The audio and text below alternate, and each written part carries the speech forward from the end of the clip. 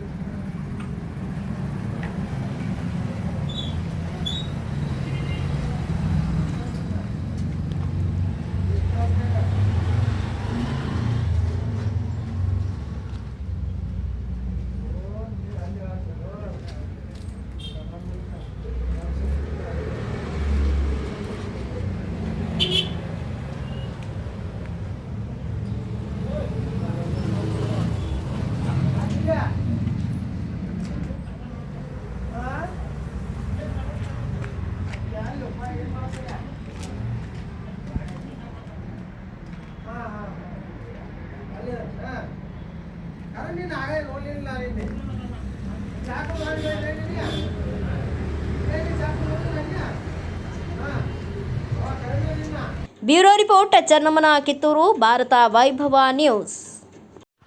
Thanks for watching. Read, discuss and debate with editor Dr. Yan Prashant Rao. Wanted reporters in print, digital and visual media for Bharat Vaibhav Daily Newspaper, BV News 5 Channel and BV Fast Web News from all the talukas of Karnataka, Goa and Maharashtra.